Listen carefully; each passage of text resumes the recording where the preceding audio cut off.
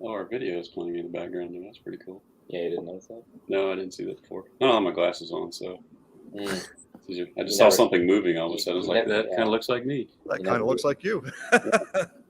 All right, guys, this is the CarrGuy Sixfan Show tonight, and something new that we talked a little bit about last week of the CarrGuy Sixfan Show is that we're going to be kind of operating a little bit differently title-wise, just simply because of my new relationship with the Get Out and Drive podcast. The CarrGuy Sixfan Show is now powered by the Get Out and Drive podcast. My name is Jace. I am old car guy, or the car guy of this operation, and my co-host over here. Well, that must make me Sixfan, or Straight Sixfan on YouTube. I am Grant Tommy. I am the co-host tonight, and we're super excited about our guest tonight, which you can see down below us. Before we start jumping into who's all here in the chat, I'm going to hand it over to these two fine-looking gentlemen below me and let them introduce themselves. Cool. You got this, right? Yeah. I guess I do. Well, hey guys, we're Spyder Garage. We're just the father-son duo that mix up that channel. I'm Ken. Nathaniel. And we're here to answer all your questions. Well, that's good. We're going to get right into the questions here in a moment or two. We do always like to acknowledge those who have joined us in the chat. We are showing 17 people in the chat, but not everyone's talking. Everything is Broken Garage. Ryan is the first one on the scene. Melissa Nunez, our moderator, she's always there listing off links for you guys to check out. Make sure you check out Spyder Garage on there. And if you like some of their content, I know you're going to. You can see the car behind me over my left shoulder. You're going to like the content. Will's Wheels, Kevin Singleton is here. That's a new name. We've got Rusty Mobley, Alan Bolio, Big Al is in the house, Haggard Hot Rods, Hartnett's Garage, Forsaken Steel. Thank you guys for joining in. Grant, why don't you fire away with the first question? Well, I'm going to lead off with a confession for the two of you, and that is the fact that, if you guys know about my channel, I'm all about offbeat hot rodding, and I have this weird affinity for OPEC era cars, anything made from like 73 to 79 to 81 or something like that. So the Monza Spyder checks all those boxes. However, personally, it still took me a really long time to get on board with the Monza Spyder. I think it was until you guys put the coilovers. Over. All right. Yeah. All right. See you. I was going to say, I think it was once you put the coilovers and the wheel and tire package on it and that hood graphic, I was like, okay, I get it. I fell in love with it. So I guess my first question is asking you guys, at what points in both of your lives, because I know it's kind of a little bit different, did you fall in love with the Monza Spyder? I'll let you go first. Well, for me, it was either that or a minivan. So that's kind of why, mostly. In other words, he didn't have a choice. Yeah. I mean, it was either build this car or I get some kind of hand-me-down. I thought this would be a lot more fun. And then just somewhere along the way, I just kind of fell in love with it. Not so much because I actually liked Monzas in the beginning. I just kind of fell in love with this car just because, memories and actually getting to work on it myself kind of thing. A lot of memories in this car already. Yeah. Well, obviously my affinity for Monza started long before he ever came around. But I was actually, my whole family was a Pontiac family. We had, at one time, there was a 65, a 66, and a 67 GTO in the driveway all at once. And when I turned 14, my dad and I went to go look at a 73 Formula Firebird, 400 4-speed. And back in those days, you could still buy them for $500. And it was metallic brown, just like Poncho's on the TV show Chips. Yep. So yeah, I watched the TV show. I wanted Poncho's car, and make a really long story short, I was excited about it. Dad went home to talk to my mother about it. They disappeared behind a closed bedroom door, and a few minutes later, my dad came out with his head down and a sheepish look on his face, and he said something to the effect of, "Your mother and I have decided that car is too fast for you. Okay, bye." And that was it. And then the next sentence was, "We've decided that it would be safer if you drove my work car." He had a job at a factory in Indianapolis, and it was a half orange, half primer, 75 Monza Town coupe, piece of junk, 4-cylinder, 4-speed car. So I didn't have a choice either, to be honest. Yeah. But There's a theme going here. yeah, we both kind of started out the same way. I didn't even think about that until just now. Yeah. Correlated. Yeah, I guess you made the connection I didn't make for 37 years. But anyway, but I did come to love that car. At one point, between my junior and senior year and summer between them, I decided I was too old to go on a family vacation that year. And I told my parents I had to work. What I really had going on was a secret plan to V8 swap it while they were gone. I had a buddy of mine that came over. I bought a 1970 Chevy van for $40 that had been sitting behind this guy's barn for years, hadn't run in years. I got it running. I drove it home. It was only like a 5-mile trip, but on the way home, it's a van. I took the cover off and I'm spraying, something in the carburetor just to get me home the entire way. And I caught it on fire. So now I have this huge billowing flame with smoke coming out so thick I can't even see out my windshield now. I'm still about a mile from home. So I got my head stuck out the window and I get to the house and we have a steep ditch. I jumped the ditch, ran the van almost into the front of the house and jumped out of it while the van was still rolling and grabbed the garden hose and put it out. And that was the start of my V8 Monza career right there. My parents had no idea. In fact, they probably don't even, I hope they're not listening. I don't even think they know that part of the story. It's sometimes they find out things 30 some years later that I did that I forgot that I never told them. But anyway, over the next week, I V8 swapped that Monza and then I fell in love with him. And so, yeah, that's kind of how my career started. That was 15 Monzas ago. Wow. 15 Monzas. So I want to go back and just touch on a couple of things that you had mentioned. So one, obviously, it's a family affair. Yeah. Not just from Nathaniel to Ken, but from Ken to your dad. And I think that moving down the line, that's how most,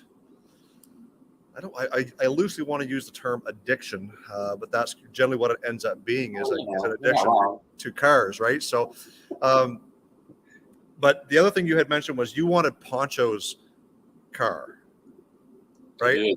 I was a Jim Rockford fan.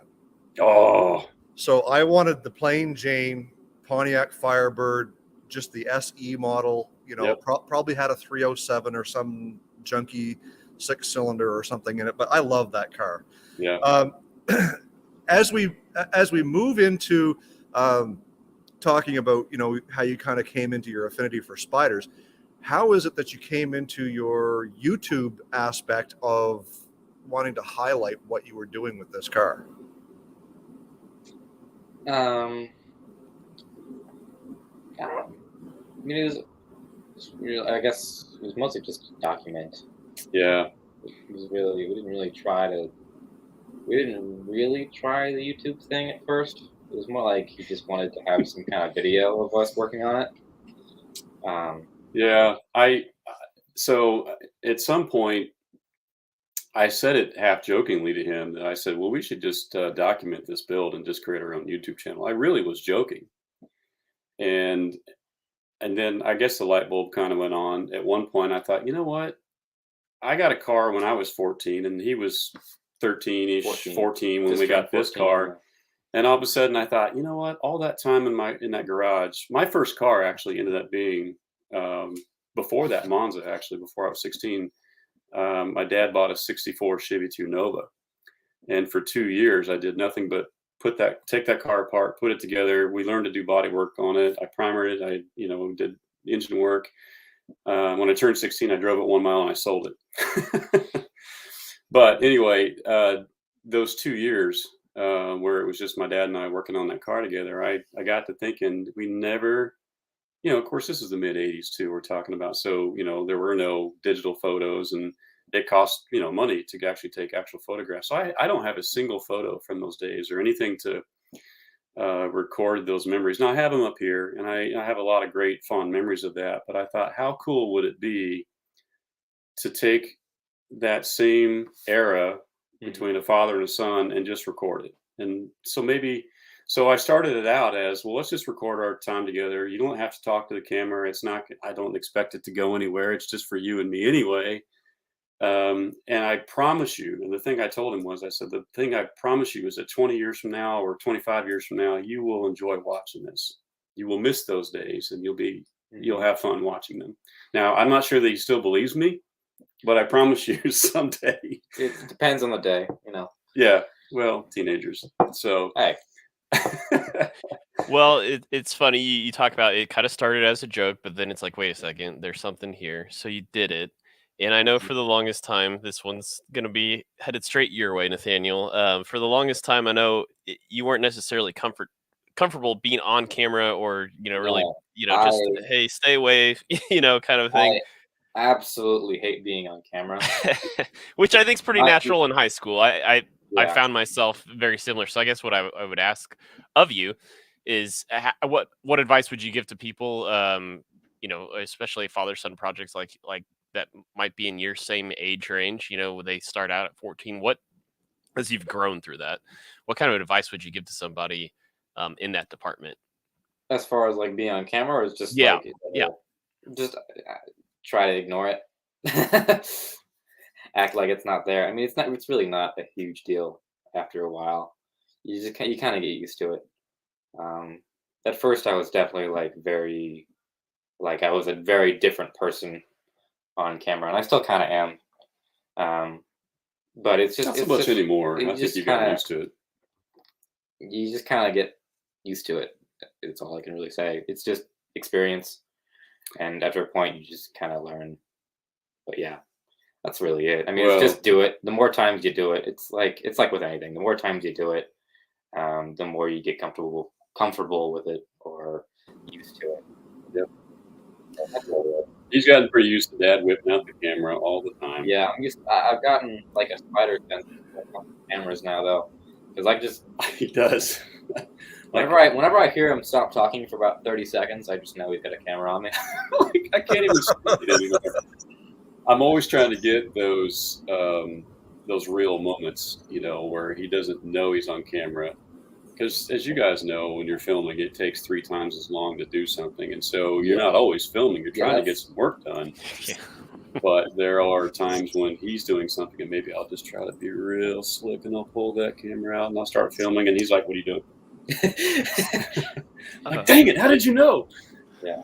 I don't know if you meant to do it there, Nathaniel, but you literally did say Spyder Sense. Is that like spelled with a Y? Wow. I thought about that after I said it, and I was like, man, that was kind of ironic. Dad jokes. Yeah. Even me this time.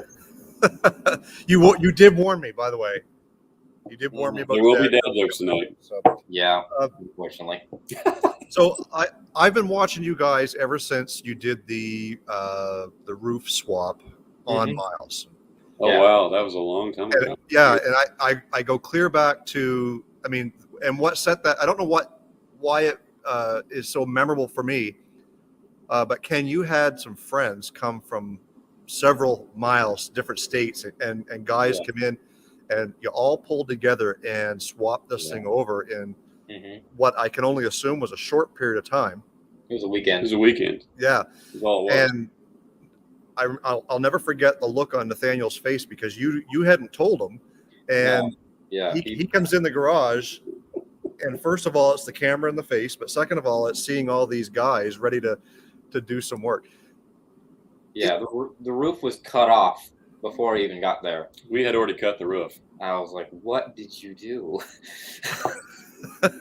So I guess where I'm going with this question is, you, Ken, as the primary camera operator, you show a lot.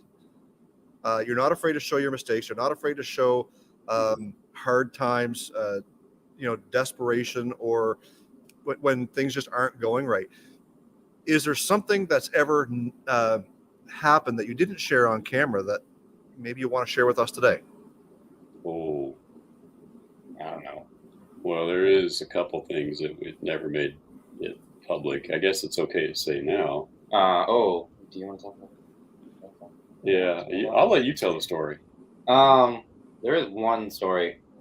It was about a couple years ago now. Yeah, a couple years ago now. Year and a half. I yeah. actually have wrecked Miles once. It was before we ever did paint and body. Thank goodness. Yeah, thank God.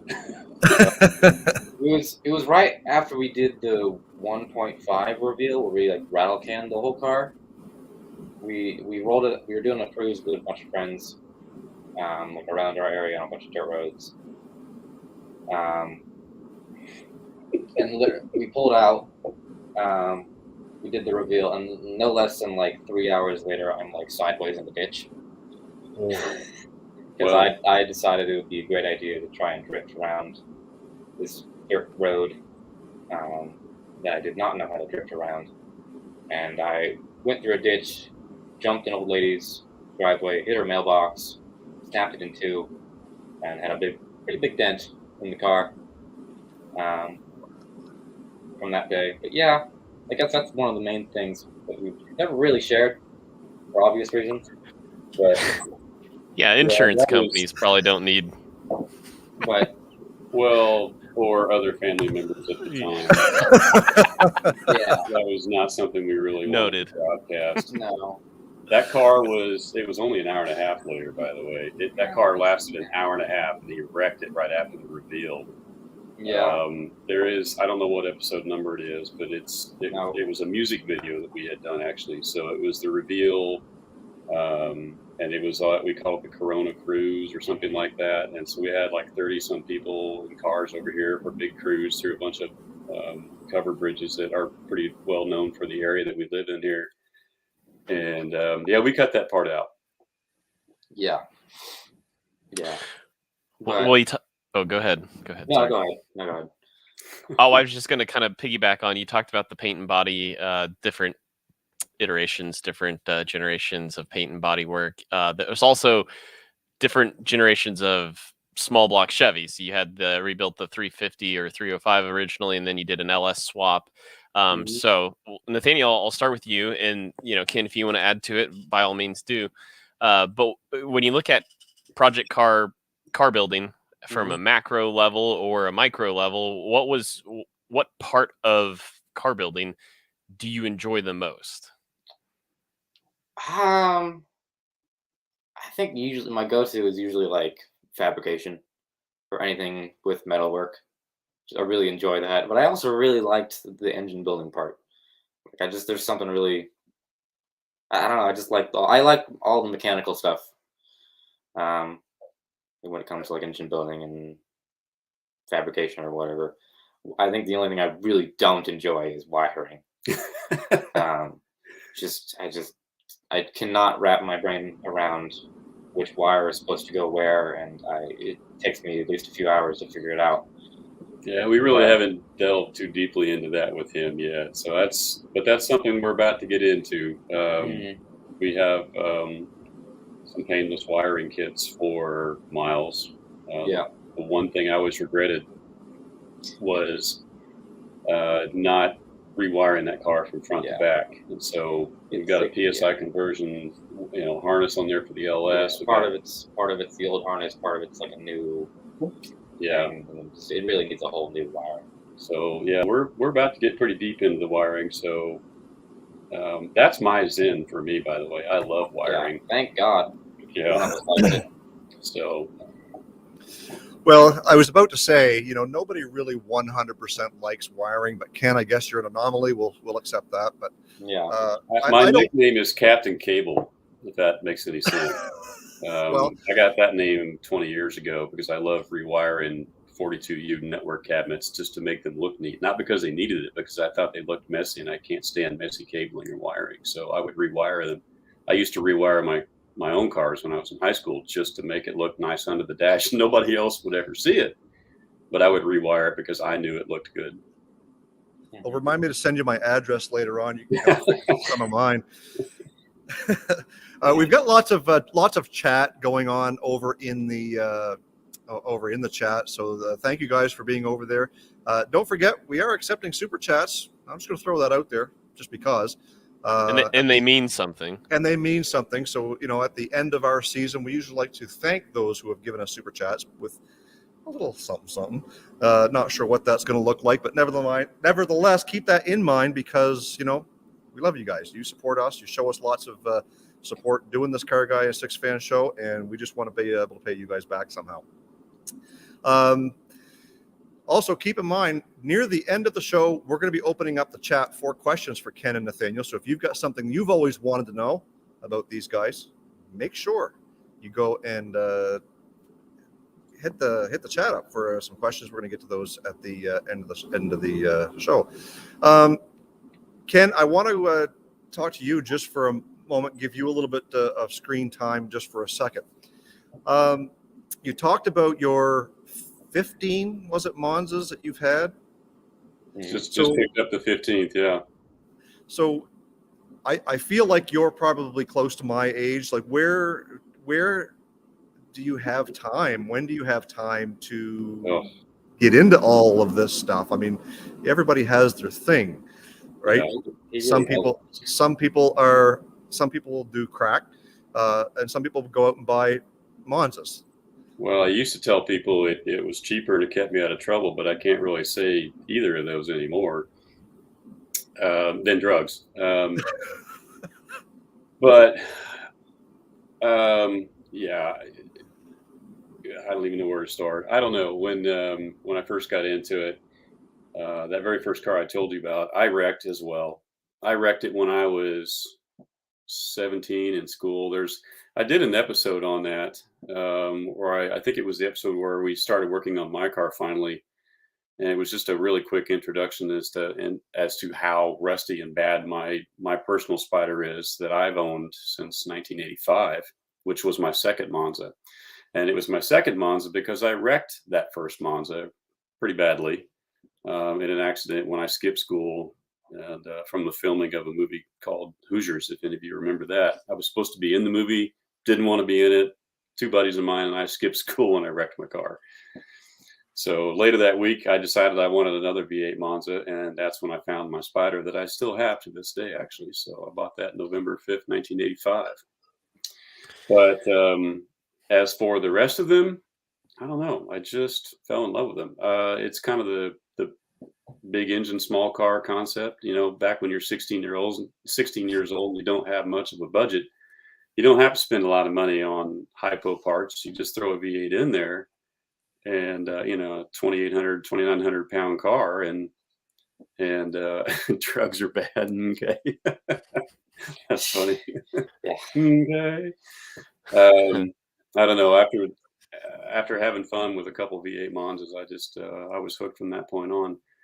I think 6 of them, maybe 7, have been actual Spyders. All of them were hatchbacks, except for the very first car was just a notchback. So I kind of have an affinity for the hatchback H bodies. Mm-hmm.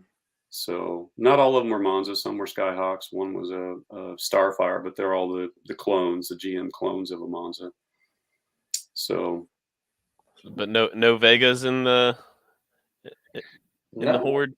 No, but I helped my friends work on them a lot, all the way back to my teenage years, because, you know, they were still in the junkyards back then. So I knew every junkyard within a 100-mile radius. I mean, that's what I did on the weekends when I was in high school. Is I'd go around and I'd scavenge parts. I could still find V8 Monza manifolds in a pile. I mean, the junkyards used to have a pile of manifolds, and I could go through that thing and pick it out, and I would find a V8 Monza when I knew exactly what it looked like, because it's unique to the V8 Monza. No other car has that.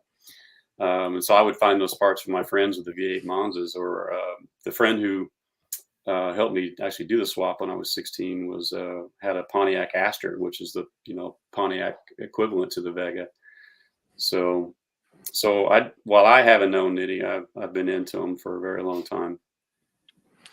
Well, I've been kind of monitoring chat all night, and it's amazing how many people have mentioned they either had a Monza or their dad had a Monza. I think I saw that come up at least 3 different times here. If I had a nickel for every time someone said that to me at a car show, I used to have one of those. Yeah.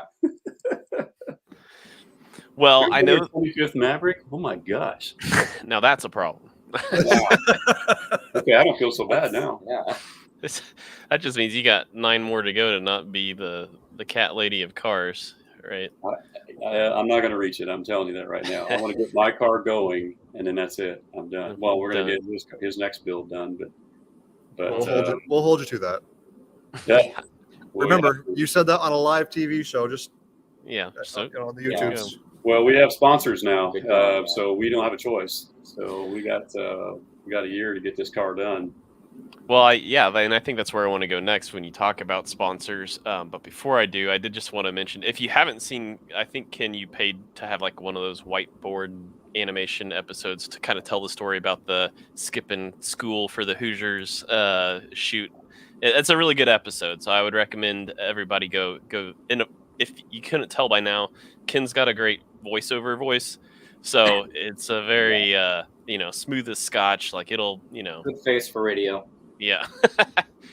Hey, thanks, Nathaniel. You said. But we talk about the sponsorships, and I think that anyone at any level of your YouTube journey, you start to discover what this community is about and the value of networking.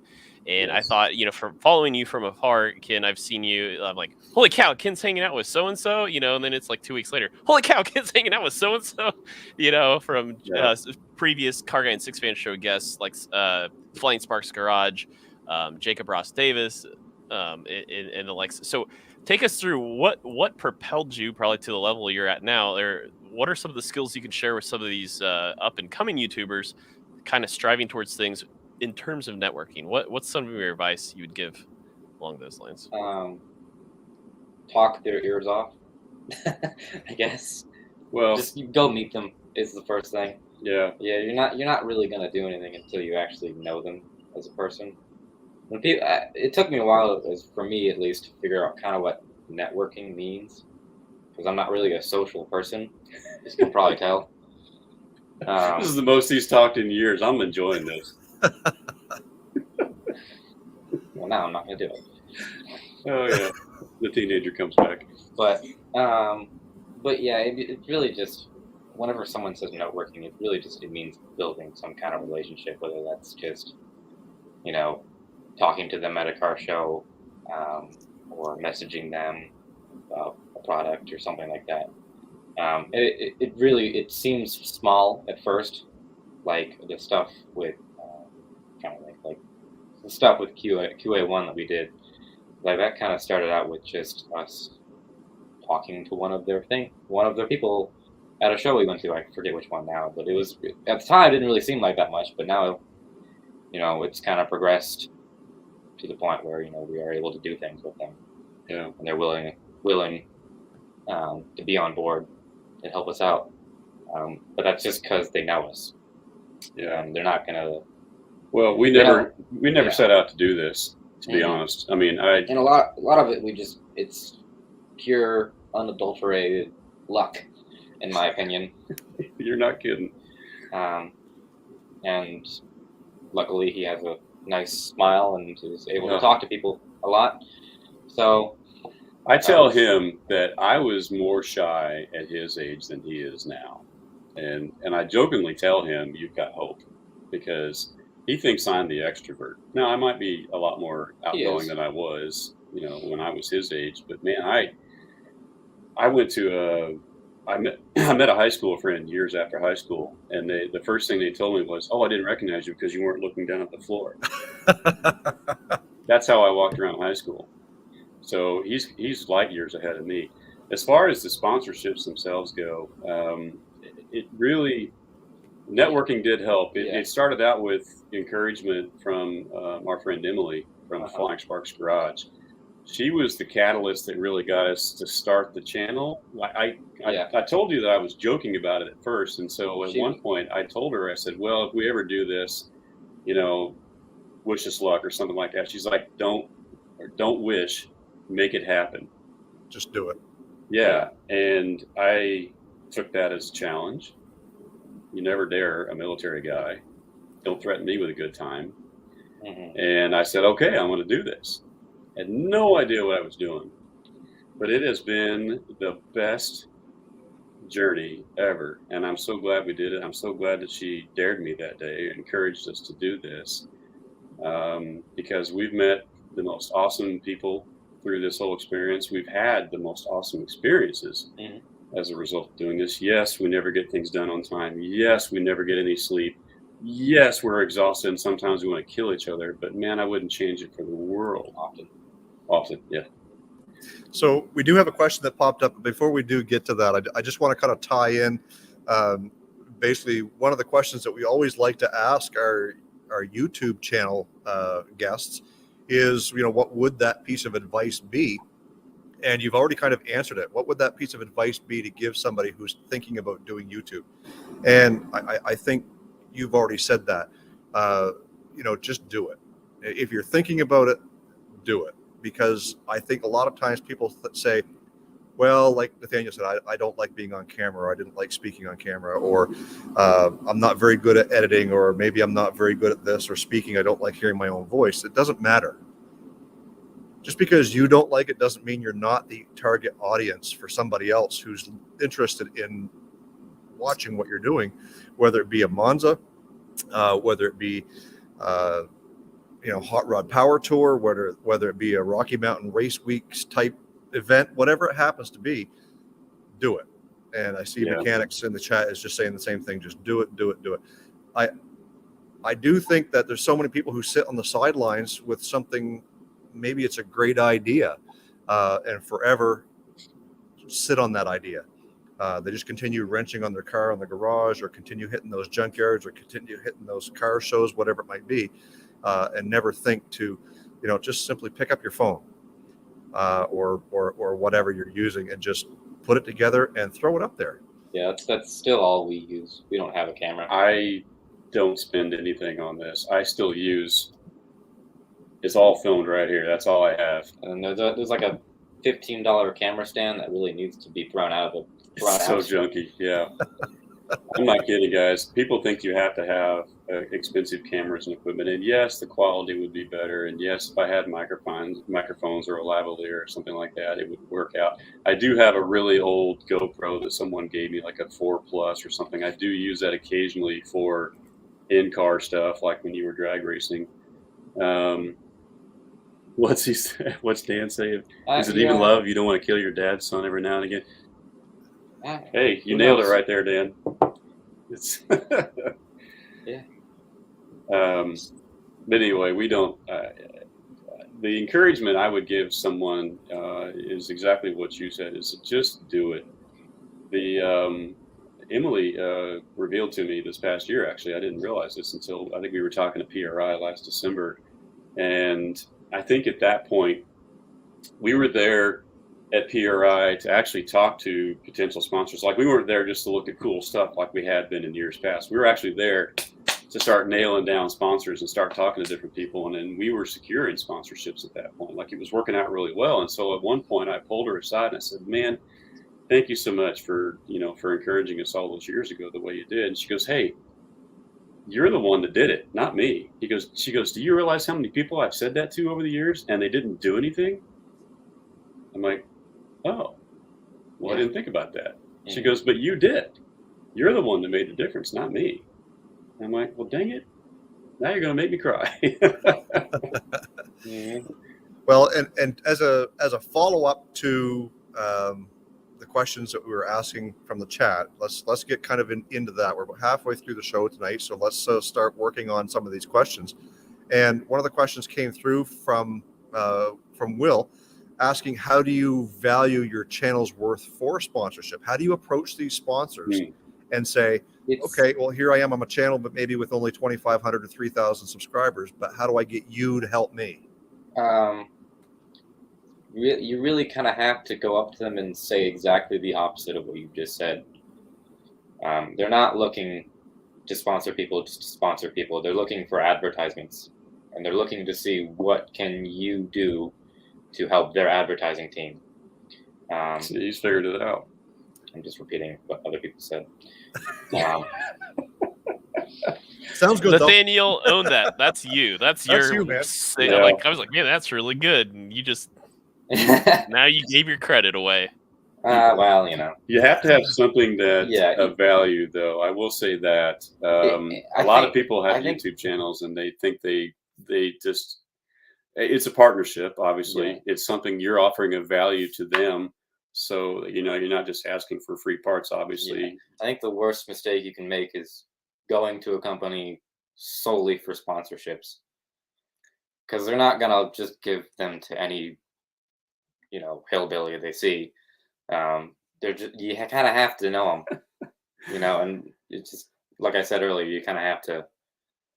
You have to talk to them first. You have to get to know them. Maybe your first conversation with the company probably isn't going, or shouldn't really even really be about a sponsorship. It's just going to be about anything else. well, a lot of times I would come up to them and I would just say thanks for a great product. I've used it in the past, and they would start a conversation with them, and they're like, "Well, hey, what are you guys working on right now?" Well, hey, as a matter of fact. And it turns into a follow-on conversation about maybe some other stuff. And oh, by the way, this is my son Nathaniel. We have a little YouTube channel. I don't really advertise it much, to be honest. Try not to. We had to kind of get serious with our sponsorship game this year, because he came to me after getting Miles done. For those that don't know, that's the name of his car. He gave it, and he decided that, hey, I got this crazy build I want to do. And I said, like I said the first time when he asked me that, when he wanted to build Miles 4 years ago, I wasn't going to say no. I'm like, heck yeah, let's do it, dude. I don't know how we're going to do it. I don't know how I'm going to afford it, but let's figure it out. Same thing happened with this next build, which we've not revealed yet, but we just enough to say we're the renderings are being done. We're in the middle of a build. Yeah. And when he came to me, I said, great. It does involve a body swap. I'll say that. It's pretty radical, I will say that. But I said, look, okay, if you want to do this, it's expensive, and this one's on you. You're 18, you got a job.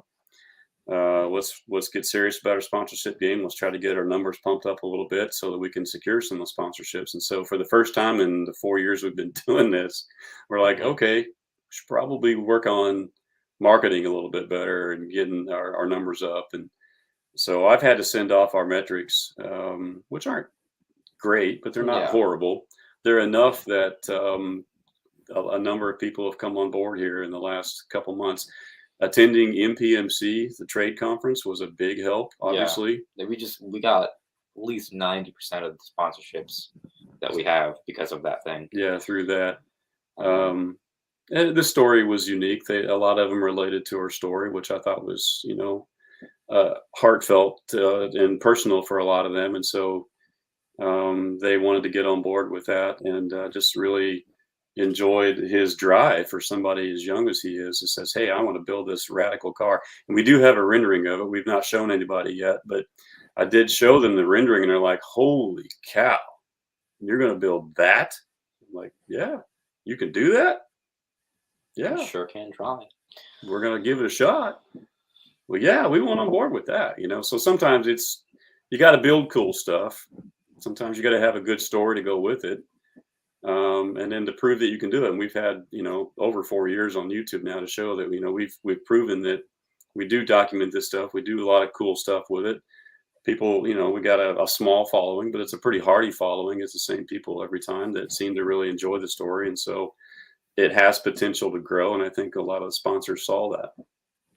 Well, it's funny you're sort of speaking my language. My day job's architecture, of course, and so many times a lot of our projects are going to clients, and it's a lot easier to fundraise and sell a project when you have a vision. And so the value of that rendering is a lot easier to, like you said, you guys haven't turned a single bolt on this project, as it sounds like, but you lined somebody up because it's, hey, look at what we're doing. Here's the excitement. So being able to visualize something early, like I don't know, I guess I'm plugging myself. And they can always kind of tell if you're excited about it too. If you're excited about your own build, they're gonna get excited about it. Yeah, you can't fake that. Yeah, you can't fake that for sure. That's what I love PRI for as well, because you're face to face with a lot of them there, and boy, it's just you can hear the tones and inflections in your voice, and you're right there in front of them, and sometimes you're going out to dinner with them, sometimes you're there in front of them, at their stand, whatever. It is always better to do it face to face if you are talking to someone, I feel. But yeah. And so while I don't think I can offer much to add to that conversation, I did just want to say that what I've found over the years that I think we can all get better at is like, so you have these conversations like you're talking about, but make sure you have a leave behind. So like the channel sticker, and making sure the channel sticker has like a way to contact you.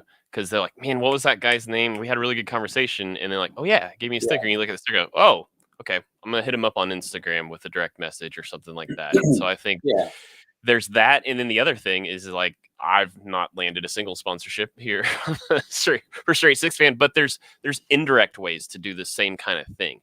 Like when I got the machine work done on the heads for my Fairmont build, I got a said GT40P. I got a discount on the machine work, and I kind of traded like, hey, I could do like a documentary style video for you about what's it like to work in a machine shop.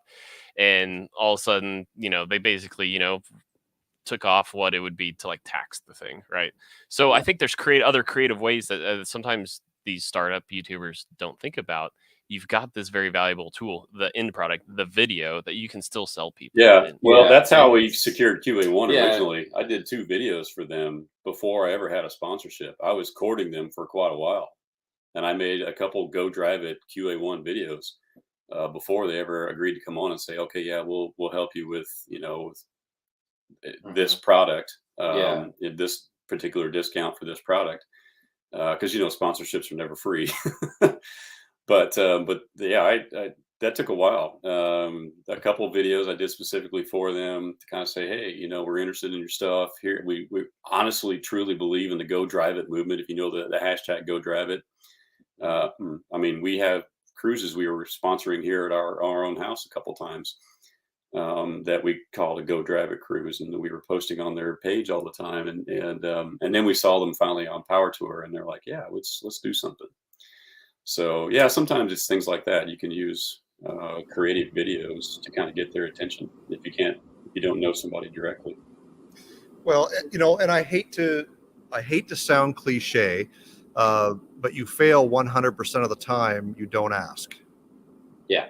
Right. So getting out there, and I'm not trying to point fingers at Grant for what he just said about not having any sponsorships, but to anybody else who's listening, whether it's tonight here live or after the show, like, if you're thinking how much better your car would be with X, then find out how you can introduce yourself to the company that makes X and develop a relationship. One of the things that I did with right from way back, what was it, 3-4 seasons ago from the CarrGuy Sixfan Show, is I've developed a relationship with Forever Sharp steering wheels.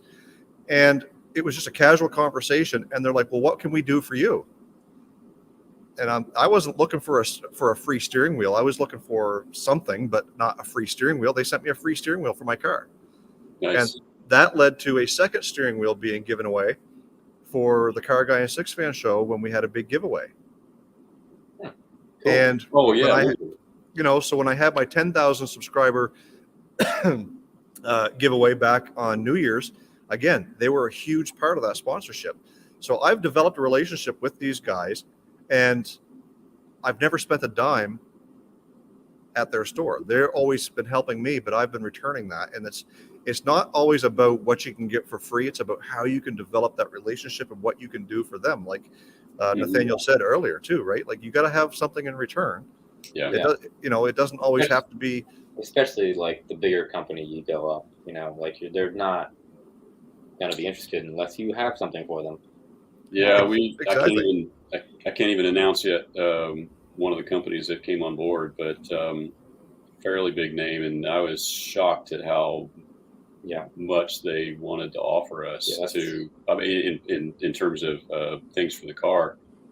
One of the other pieces of advice I actually got from another YouTuber who's fairly well known, who said, he goes, it's going to feel weird. He goes, but don't be afraid to ask for everything you think you need. Yeah. Just give them a huge list. The worst they can do is say no. And I'm like, really? I don't feel right asking for all that. But I did. And and they did. Shocked at how much they actually said yes to. I was, we're still shocked actually. Yeah. Setting in right now. So But I mean, that means that we're helping them sell a product. It's a relationship. You know, we're wanting to kind of bring our brand and our story to them to kind of help sell some of the stuff that we're getting ready to put on the car. Mm-hmm. But yeah, he was right. If they're really on board with your brand and your story and a cool build that you have planned, yeah, don't be shy. You might be shocked at what at how excited they are about something that you're excited about as well. When that genuinely comes across, they know we're not fake. We're very real. We show our mistakes, but we also show our real excitement towards the stuff that we plan to do. We have events that we've already planned, that we've already signed up for. We have a rendering, we have a build. We've already bought 2 cars. That's another hint. They're going to get combined into one for this next build. And yeah, it was just crazy enough to get them excited. And they're like, heck yeah, let's throw everything we got at it and we'll help you build this car. So yeah, that's the few things that we've learned. We're still figuring it out. We're no experts by any stretch of the imagination. But I think just be genuine really goes a long way, and have fun. Yeah. To answer your question, Papillion, Cycles or whatever, I don't know how to pronounce that. He's the CAD guy, not me. But yeah, I am starting to use a lot more CAD when it comes to designing things, just like for fabrication work. I was trying to make some. I've been taking this CAD class in my high school actually. It's kind of been helping me out, trying to do stuff with that. But yeah, it's they also they've been trying to learn how to use their laser table and stuff to be able to. Part's right over there, actually. Yeah, actually, hold on. So these are not right. The holes are off on these ones because I made it wrong. But these were supposed to be some adapter plates for a control arm so we could put the coilovers. He designed it. He cut it on the laser table at school, brought it home. We're going to weld it onto the car. So yeah, these are some of the things he's learned over the last 4 years in this journey of ours. Yeah, he's outpaced his dad now in terms of some of the things he can do that I still can't do. Well, and that's just the modern day spirit of what hot rodding started out to be, right? Like it was post World War II aircraft mechanics, understanding. And back then, you know, the parts didn't even exist. There's like, how can we, like, you're making your own stuff. I mean, that's the most genuine. When you get into fabrication and you're trying to solve a problem, like you are making coilovers work in the stock coil buckets, like that's awesome. And that's what I love about this hobby that we love and we do. 10 times cheaper than buying tubular control arms. Yeah. So, yeah, because sometimes budget dictates what you can do as well. So you got to get pretty creative. And our budget is most of the time. Yeah. So taking advantage of resources that you already have, like this is just a high school class. I have to produce something in this class. So why not the parts for my own car? Yeah, I was just sitting there because I've got like a lot of downtime in that class. I'm like, well, what can I do? You know. And so he's designing stuff for the car.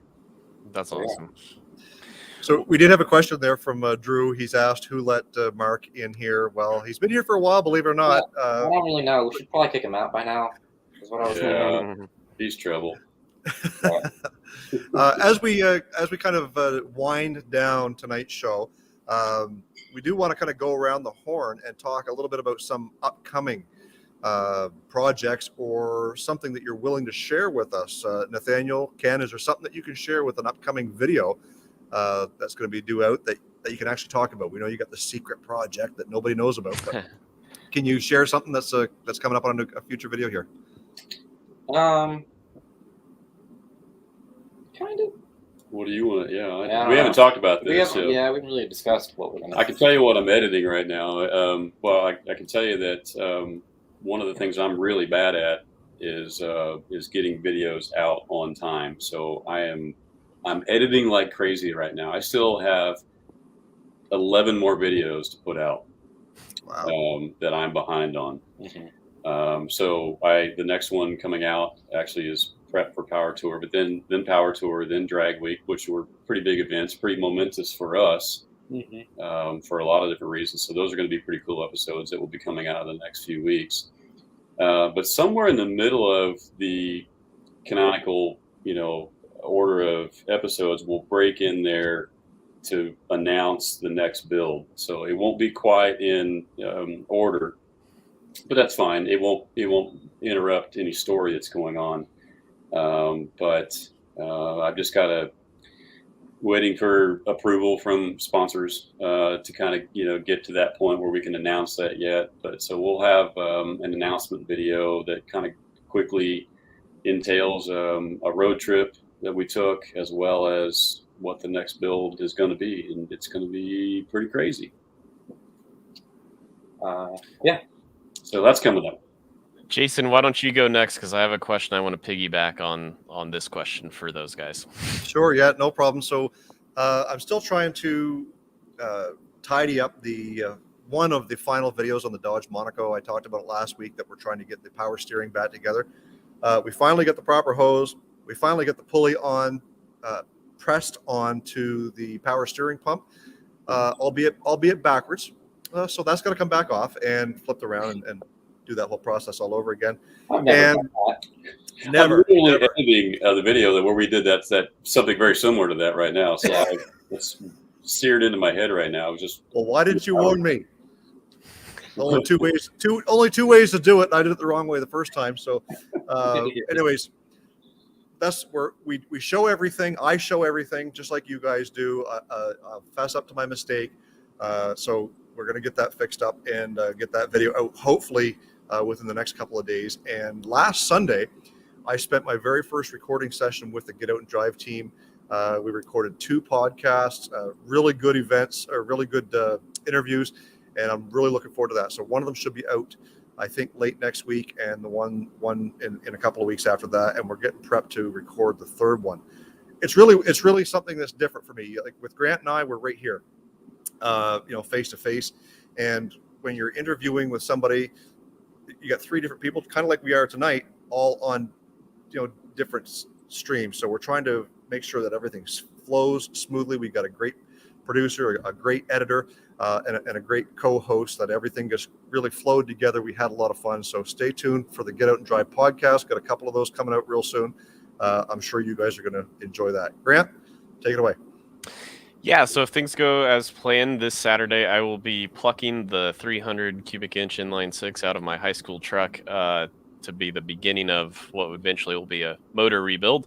But it'll be mostly plucking the motor. But the question I wanted to ask Spyder Garage kind of related to this one. The initial question was what's coming up on the channel in the short term. And I'm just kind of curious to get a peek behind the curtains when you think long term. So if Nathaniel's, getting really close to graduating high school, and there was sort of a dynamic here that exists in, Spyder Garage as we know it, but I don't know what his post-high school career plans are in terms of either going off to college or maybe it's going to a trade school or whatever that is. How do you think Spyder Garage will evolve over the coming years with Nathaniel, moving on from high school? Great question. I know how to do it. Nice delay with the drink of water there too, by the way. Yeah. Yeah. Yeah. I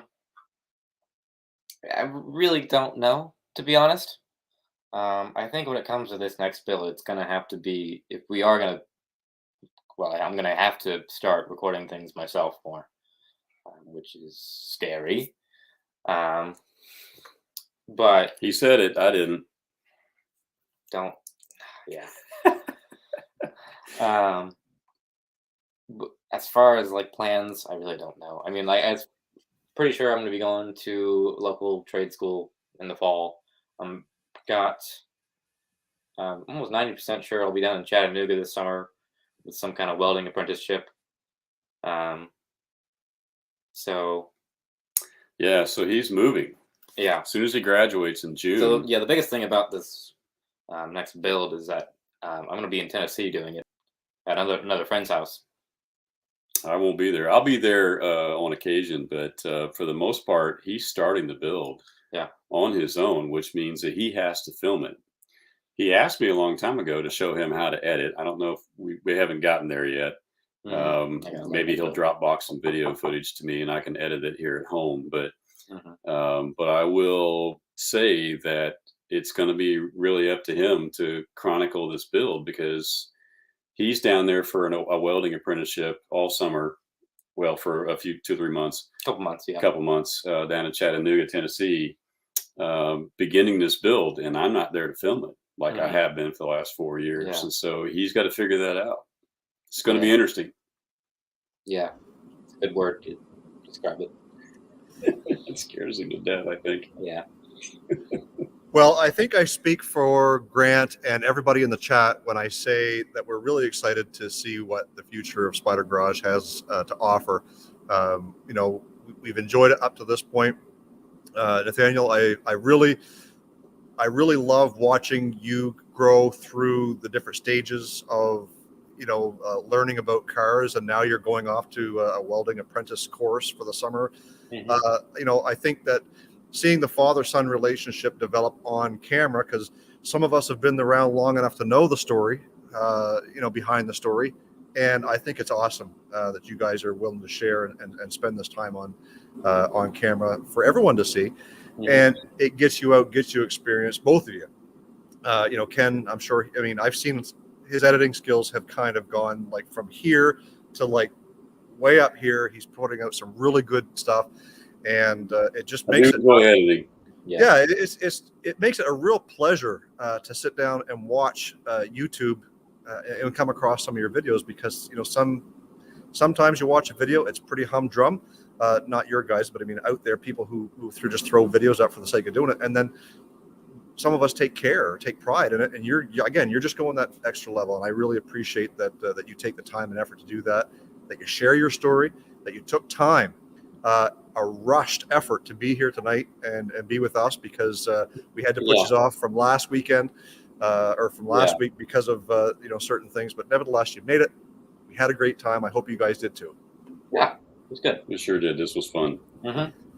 And there is also a planned event for the dudes program. I was hoping to be able to get down and spend some time with you guys last year, but well, the year before, I guess too. But you know, COVID, all that stuff.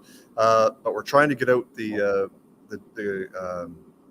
an event to meet you guys, whether it be PRI, whether it be the dudes event, whether it be hot rod power tour, something like that. I want to get down and see you guys, and you know, have a lot of fun. If you're in the chat and you don't know who Spyder Garage is, Melissa has left plenty of links for you guys to go over, find their channel, check it out. I guarantee you won't be disappointed. And if you like what you see, be sure to hit that subscribe button for these guys. Thanks. I'm going to say goodnight. Thank you guys. Grant, why don't you go ahead and close out the show? If you have any final words, go ahead and do so. No, nothing really other than to say personally, thanks again, both of you. It's been a pleasure meeting you on more than one occasion in person, and hopefully there's more of that to come.